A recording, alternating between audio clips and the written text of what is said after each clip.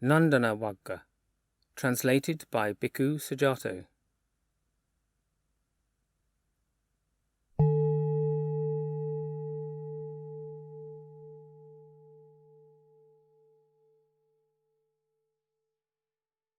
The Garden of Delight. So I have heard. At one time the Buddha was staying near Savatthi in Jeta's Grove, Anathapindika's monastery. There the Buddha addressed the mendicants. "Mendicants, Venerable Sir," they replied.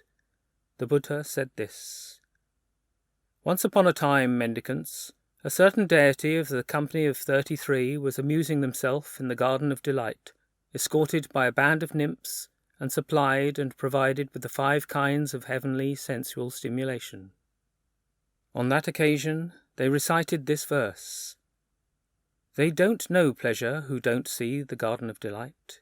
It's the abode of lordly gods, the glorious host of 30. When they had spoken, another deity replied with this verse: Fool, don't you understand the saying of the perfected ones? All conditions are impermanent. Their nature is to rise and fall. Having arisen, they cease. Their stilling is true bliss.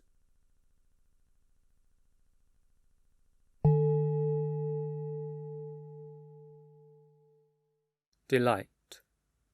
At Savatthi, standing to one side, that deity recited this verse in the Buddha's presence: Your children bring you delight. Your cattle also bring you delight. For attachments are a man's delight. Without attachments there's no delight. Your children bring you sorrow. Your cattle also bring you sorrow. For attachments are a man's sorrow. Without attachments there are no sorrows.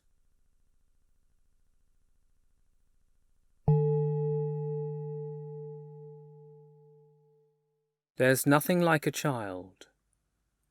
At Savatthi, standing to one side, that deity recited this verse in the Buddha's presence: There's no love like that for a child, no wealth equal to cattle, no light like that of the sun, and of waters the ocean is paramount. There's no love like that for oneself, no wealth equal to grain, no light like that of wisdom, and of waters the rain is paramount.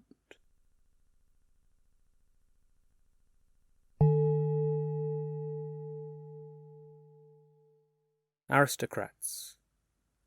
An aristocrat is the best of bipeds, an ox is the best of quadrupeds, a maiden is the best of wives, and a firstborn the best of sons. A Buddha is the best of bipeds, a thoroughbred, the best of quadrupeds, a good listener is the best of wives, and the best of sons is loyal.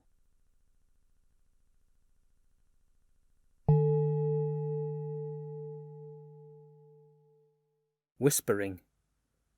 In the still of high noon, when the birds have settled down, the formidable jungle whispers to itself, that seems so scary to me. In the still of high noon, when the birds have settled down, the formidable jungle whispers to itself, that seems so delightful to me.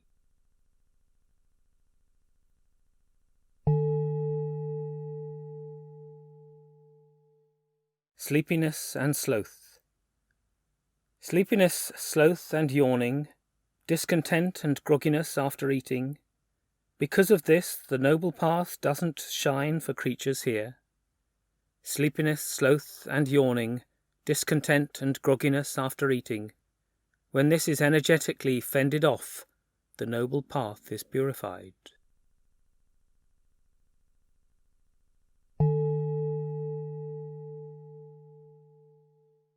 Hard to do. Hard to do, hard to endure is the ascetic life for the inept, for it has many narrow passes where the fool founders. How many days could an ascetic live without controlling the mind? They'd founder with each step under the sway of thoughts. A mendicant should collect their thoughts as a tortoise draws its limbs into its shell. Independent, not disturbing others, quenched, they wouldn't blame anyone.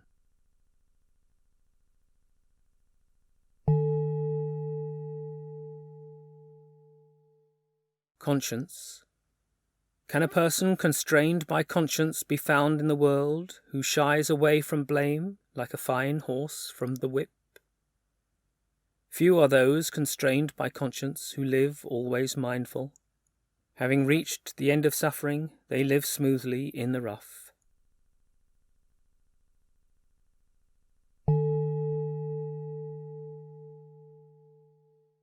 Little hut. Don't you have a little hut? Don't you have a little nest? Don't you have any networks? Aren't you free of shackles? Indeed, I have no little hut. Indeed, I have no little nest.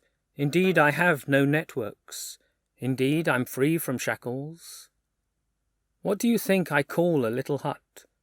What do I call a little nest? What do you think I call a network? And what do I call a shackle? You call a mother a little hut, and a wife a little nest.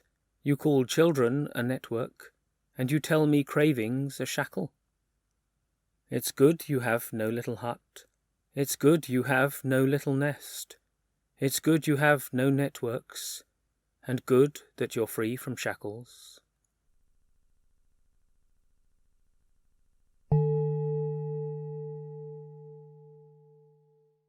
With Samidhi. So I have heard. At one time the Buddha was staying near Rajagaha in the hot springs monastery.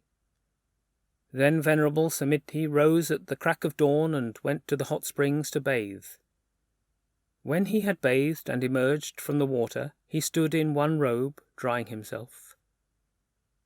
Then, late at night, a glorious deity, lighting up the entire hot springs, went up to Samidhi, and standing in the air, addressed him in verse. Mendicant, you seek alms before you eat. You wouldn't seek alms after eating. But you should eat first, then seek alms. Don't let the time pass you by. I actually don't know the time, it's hidden and unseen. That's why I seek alms before eating, so that the time may not pass me by. Then that deity landed on the ground and said to Samidhi, You've gone forth while young, mendicant. You're black-haired, blessed with youth, in the prime of life, and you've never flirted with sensual pleasures. Enjoy human sensual pleasures. Don't give up what is visible in the present to chase after what takes effect over time. I'm not, good sir. I'm giving up what takes effect over time to chase after what is visible in the present. For the Buddha has said that sensual pleasures take effect over time with much suffering and distress, and they're all the more full of drawbacks. But this teaching is visible in this very life, immediately effective, inviting inspection, relevant, so that sensible people can know it for themselves. But in what way, mendicant, has the Buddha said that sensual pleasures take effect over time, with much suffering and distress, and they're all the more full of drawbacks? And how is this teaching visible in this very life, immediately effective, inviting inspection, relevant, so that sensible people can know it for themselves? I'm junior, good sir, recently gone forth, newly come to this teaching and training. I'm not able to explain this in detail. But the Blessed One, the Perfected One, the fully awakened Buddha is staying near Rajagaha in the hot springs monastery. You should go to him and ask about this matter. And you should remember it in line with the Buddha's answer. It's not easy for us to approach the Buddha, as he is surrounded by other illustrious deities. If you go to the Buddha and ask him about this matter, we'll come along and listen to the teaching.